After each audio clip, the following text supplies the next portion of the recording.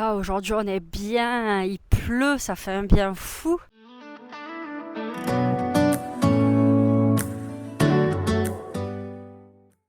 Je suis dégoûtée, il était vraiment temps qu'il pleuve parce qu'il n'y a plus du tout d'eau dans le bief.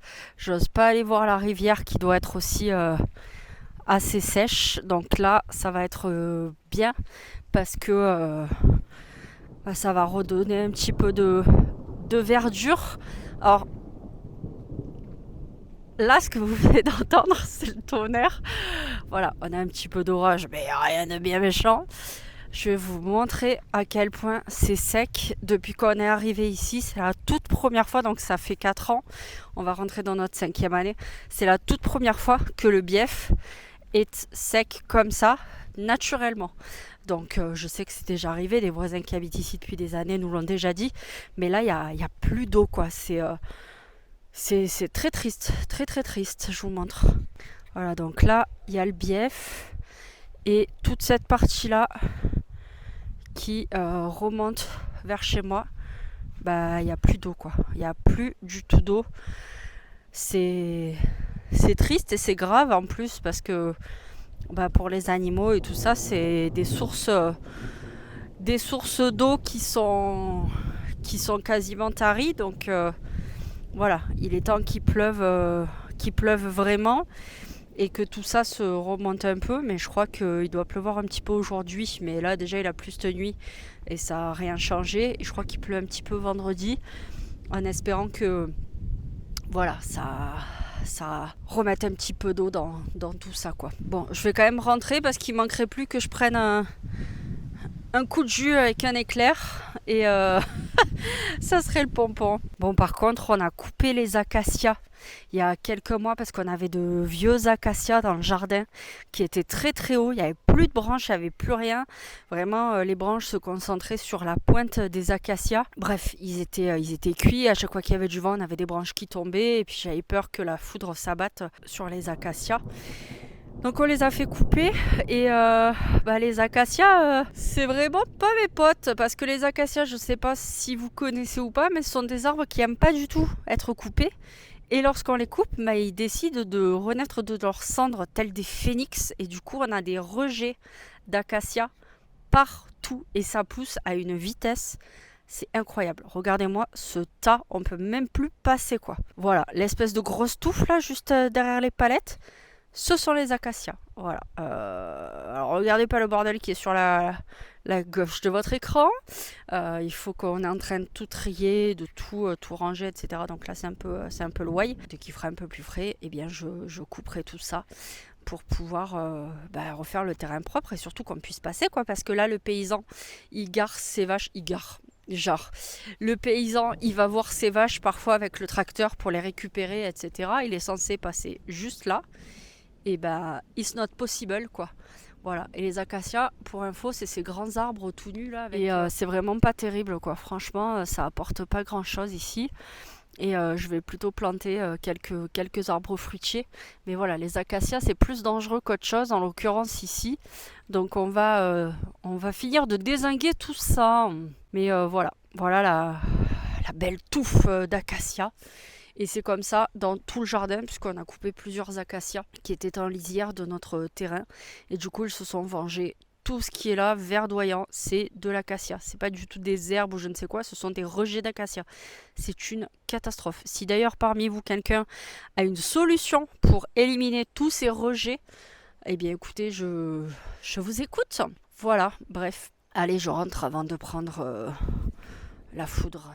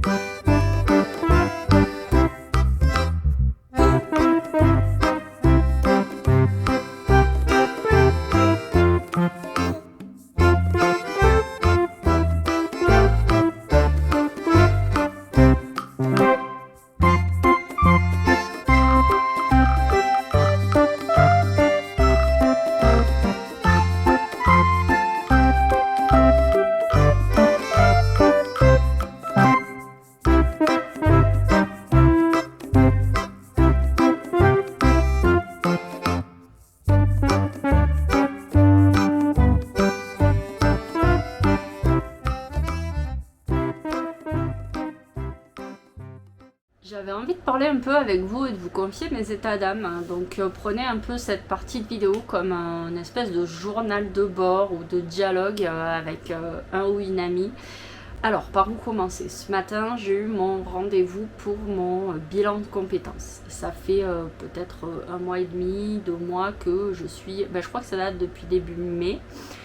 Oui, donc c'est ça, ça fait 2 mois à peu près que je suis dessus. Donc j'ai pris une partie de ce bilan de compétences grâce à mon CPF et j'ai complété avec des fonds personnels la suite de ce bilan de compétences. Et donc là, on travaille à raison normalement d'un rendez-vous par semaine. Sauf que ces dernières semaines, ça a été un peu compliqué avec l'annonce de ma tumeur. J'ai eu pas mal d'examens à faire, etc. J'ai eu des rendez-vous qui sont tombés à des dates et à des horaires que je n'ai pas forcément choisis.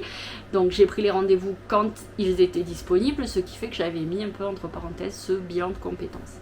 Là, la semaine dernière, j'ai anticipé pour que cette semaine justement, je puisse avoir ce bilan. Et c'est la partie numéro 4, l'entretien numéro 4 du bilan. Il y en a 7, si je dis pas de bêtises, ou 6. Et on est dans une partie où les choses commencent à se définir un petit peu plus. Sauf que aujourd'hui, la problématique, c'est que à l'heure où je tourne, je sais quel est le type de tumeur que j'ai, mais je ne sais pas du tout ce que cela implique. Je ne sais pas du tout comment celle-ci va être traitée. Je ne sais pas du tout quelles vont être les répercussions pour la suite et j'ai beaucoup de mal à me projeter professionnellement. Pour rappel, pour ceux qui arrivent, je suis salariée. Ça faisait 10 ans que j'étais dans l'entrepreneuriat. Il y a eu une petite période où justement aussi j'étais dans le salariat à mi-temps pour pouvoir continuer mes activités d'auto-entreprise tout en ayant un revenu bien fixe tous les mois. Et c'était aussi important pour moi d'avoir ce travail pour rencontrer un petit peu de monde parce que j'ai pris ce travail à mi-temps en arrivant dans la région, ce qui m'a permis aussi de rencontrer des gens et de m'ouvrir un petit peu à une région que je ne connaissais pas finalement, en tout cas un secteur que je ne connaissais pas. Puis les choses ont fait que il a fallu que fin 2025 je prenne un travail à plein temps dans le salariat parce que j'ai eu beaucoup de difficultés à faire remonter mon activité d'auto-entrepreneur. Après 10 ans, je n'avais plus la même verve, je n'avais plus... après 10 ans, je n'ai plus tellement d'idées, j'ai l'impression de tourner un peu en rond, j'ai l'impression d'avoir du mal à me renouveler. Financièrement, ça commençait à se complexifier et donc, de toute évidence, il était nécessaire que je prenne un travail à plein temps. Aujourd'hui, mon entreprise, elle est en stand-by. Je ne sais pas si je vais l'arrêter. J'ai du mal à mettre un trait définitif là-dessus parce que ça fait 10 ans. Et de notre côté, bref, c'est un peu compliqué. Donc, je suis actuellement salariée. Voilà, il s'avère que je suis en maladie, mais j'ai un travail. Dans ce travail, je ne me suis pas sentie très bien. Il s'avère que ce travail est tombé à un moment de ma vie où c'était assez compliqué, j'étais vraiment perdue, je voyais que je n'avais pas réussi à faire repartir mon entreprise comme je le souhaitais. Financièrement, c'était donc compliqué. J'ai commencé à sombrer dans la dépression, sauf que chose que je ne savais pas, c'est que la maladie était déjà installée ou en train de s'installer, ce qui faisait que forcément j'étais encore plus fatiguée que précédemment. J'ai eu beaucoup de problèmes de santé ces dernières années et j'ai sombré dans la dépression. Mais je pense que c'est la fatigue due à la maladie et au contexte qui ont fait ça, et peut-être que tout simplement la fatigue a fait que j'ai eu beaucoup de mal aussi à remonter mon activité parce que j'étais tout le temps épuisée. Bref, c'était un peu l'ouroboros quoi, c'est le cercle vicieux. Et donc j'ai pris ce travail dans lequel je me sens pas épanouie, hein, je vais être honnête, hein, peut-être qu'il y a des gens de mon boulot qui vont passer sur cette vidéo. Je veux dire, c'est pas un secret de polichinelle, c'est pas le travail de mes rêves. Je savais que j'allais rentrer dans cette boîte et que j'allais pas y faire ma carrière, sauf qu'aujourd'hui je suis salariée là-bas et que ce qui s'offre à moi, c'est ce travail. C'est pour ça qu'il était aussi important pour moi de passer par un bilan de compétences pour remettre un petit peu tout à plat et pour pouvoir réfléchir à la suite de mon parcours professionnel, parce que j'arrive à l'aube de mes 40 ans et qu'il est aussi à mon sens, temps pour moi de faire un point sur les 20 années qui viennent de passer au niveau professionnel et sur les 20 années qui vont arriver. Et voilà, j'ai envie si je ne reprends pas l'entrepreneuriat, j'ai envie de me retrouver dans un travail où je me sente bien, où j'ai vraiment l'impression de donner du sens à ce que je fais, d'être vraiment utile à une entreprise ou à des gens aussi. Voilà, j'ai envie que ce soit du gagnant-gagnant. Je sais que tout ne peut pas être parfait, mais j'ai vraiment envie, je suis en quête de sens, je suis en quête d'humain, je suis en quête de partage, je suis en quête de transmission. Voilà, et c'est pas ce qui transparaît dans mon travail actuellement, dans l'entreprise dans laquelle je suis. Et donc c'est là que j'en viens au fait qu'il est compliqué pour moi de me projeter. Parce que comme je disais, à l'heure actuelle, je sais ce que j'ai. J'ai une tumeur qui s'appelle un schwannome. A priori, là je n'en sais pas plus, j'ai vraiment eu le strict minimum.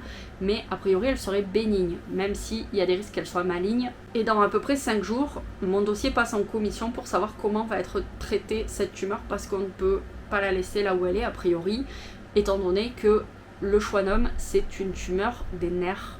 Et donc, elle fait toujours 7 cm, elle est toujours collée au poumon, elle est toujours collée à l'artère, sauf qu'au lieu que la racine soit le poumon, la racine c'est le nerf. Mais l'endroit reste le même. Et la problématique, c'est que comme c'est une tumeur du nerf, c'est une partie du nerf qui est lésée. La tumeur a énormément grossi. Normalement, un schwannome, de ce que j'ai pu voir dans mes recherches, c'est plutôt du 2-3 cm, ce qui facilite, on va dire, l'enlèvement de cette tumeur. On appelle ça une résécation ou une résection, je sais plus. Sauf que moi, il fait 7 cm, qu'il est collé à mon poumon et à ma plèvre, qu'il est collé à mon artère et qu'il est toujours sous la clavicule. Donc c'est vraiment pas une zone pratique. Et le risque, c'est que en me l'enlevant, on vienne toucher une partie du nerf sensible qui pourrait faire que je n'ai plus de sensibilité à mes doigts, que je ne puisse peut-être même plus du tout me servir de mon bras, parce que si au moment de la résection, bref de l'ablation, mon nerf complet était touché ou endommagé, je me retrouverai handicapée du bras droit. Pour la vie, a priori, sauf si dans quelques années des techniques médicales évoluent et qu'on peut reconnecter le nerf, etc. Enfin bref. Mais voilà, pour le moment, la réalité, c'est que je ne sais pas ce qui va se passer par rapport à cette tumeur. Et donc, je ne peux pas me projeter professionnellement parce que déjà, je ne sais pas quand est-ce que je vais être opérée, dans quelles conditions. Je ne sais pas s'il y aura de la rééducation derrière et je ne sais pas si j'aurai des séquelles par rapport à ça. Et donc, c'est un peu compliqué parce que là, avec Oriane, la personne qui me fait le bilan de compétences, on en a un petit peu parlé ce matin et comme je lui ai dit, le souci pour moi c'est pas tellement de trouver un travail qui me plaise parce que j'ai des choses qui me plaisent. Là avec tout ce qu'on a fait durant le bilan de compétences, j'ai trouvé des pistes de métier qui me plairaient beaucoup, même si certains vont nécessiter peut-être des formations ou de trouver une entreprise qui me laisse ma chance parce que j'ai les compétences requises mais j'ai pas forcément les diplômes. C'est tout un contexte, mais je me dis certains de ces métiers je ne pourrais les exercer que si je suis physiquement apte à le faire, même si c'est pas des métiers qui nécessitent de porter des charges, etc. Mais ne serait-ce qu'un métier de bureau, si je ne peux plus utiliser mon bras droit, ça devient compliqué. Si vous êtes passé par cette phase-là de la maladie, pas forcément du cancer ou de tumeur, mais par la maladie en général, à un moment de votre vie où vous étiez en recherche d'emploi ou en quête de quelque chose, même je sais pas, une recherche d'une maison, d'un déménagement, voilà, il y avait un projet dans votre vie et que d'un coup la maladie a frappé à votre porte, la vôtre ou celle d'un proche aussi, et que ça a remis un peu tout en question et que vous n'aviez plus la visibilité. Moi je veux bien que vous m'expliquiez comment vous avez fait. Est-ce que vous avez été patient? Est-ce que vous êtes lancé quand même? Et qu'est-ce que ça a donné par la suite? Est-ce que vous avez regretté de ne pas avoir attendu? Est-ce que... je sais pas, en fait. Vraiment, je me pose beaucoup de questions parce que je sais pas du tout. Là, dans la maladie, pour moi, il y a 3 phases. Il y a la phase où on annonce la maladie et où on va faire tous les examens pour savoir exactement ce qui se passe. Là, cette phase, elle est passée. Là, j'arrive dans la 2e phase où on va m'expliquer exactement ce que j'ai les tenants et les aboutissants de la maladie. Donc premier rendez-vous, ça va être vendredi avec ma généraliste qui va m'expliquer, qui va me faire le topo sur le résultat de tout. Donc je connais juste le nom de la tumeur, mais je ne sais pas encore ce qu'elle implique. Et mardi, je vais avoir les résultats de la commission où on va me dire exactement ce qu'ils ont prévu de faire pour mon schwannome, donc ma tumeur. Donc ça, ce sera une deuxième étape où je vais avoir ensuite encore des rendez-vous sûrement avec des neurochirurgiens, des chirurgiens thoraciques, etc. Et après, il va y avoir la troisième phase, ça va être les suites opératoires en fait, les suites médicales à ça. Et cette troisième étape, je ne sais pas quand est-ce qu'elle va arriver. Je ne sais pas si on va m'opérer rapidement, pas rapidement, est-ce que, je ne sais pas. Est-ce que suite à ça, donc je vais avoir des séquelles ou pas du tout? Est-ce que... je sais pas. Et donc c'est ça qui est compliqué. Et ce bilan de compétences, s'il est super, il tombe à point nommé parce que c'était vraiment une période où professionnellement j'avais vraiment besoin de faire un point. Mais là j'arrive à un point du bilan de compétences où j'ai besoin de faire un point sur ma situation médicale pour pouvoir avancer. Donc aujourd'hui, je sais pas où j'en suis. Voilà, je suis perdue, c'est super compliqué.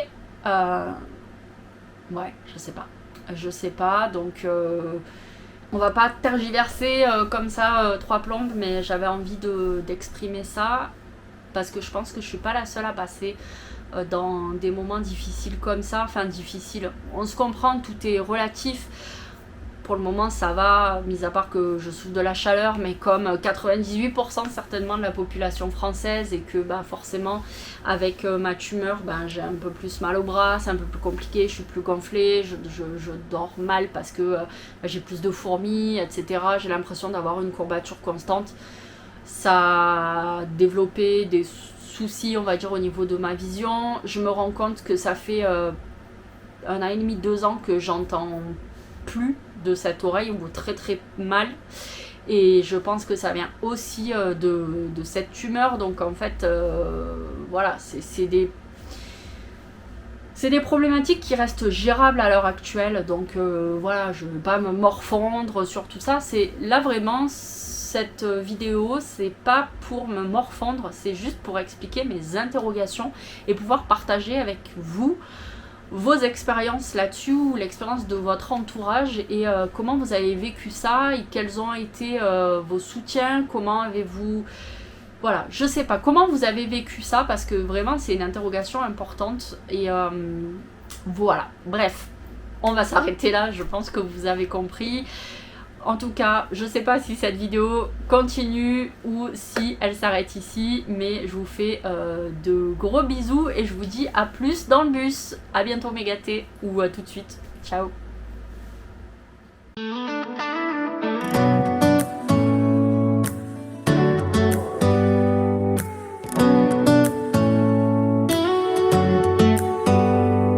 Do you hear that? My sanity about to break while everyone I know's out. On a trip, on a boat, on a lake. I'm tired of feeling all FOMO. Babe, I don't even care if we stay home. Put our to-do list on ice. Crank the AC.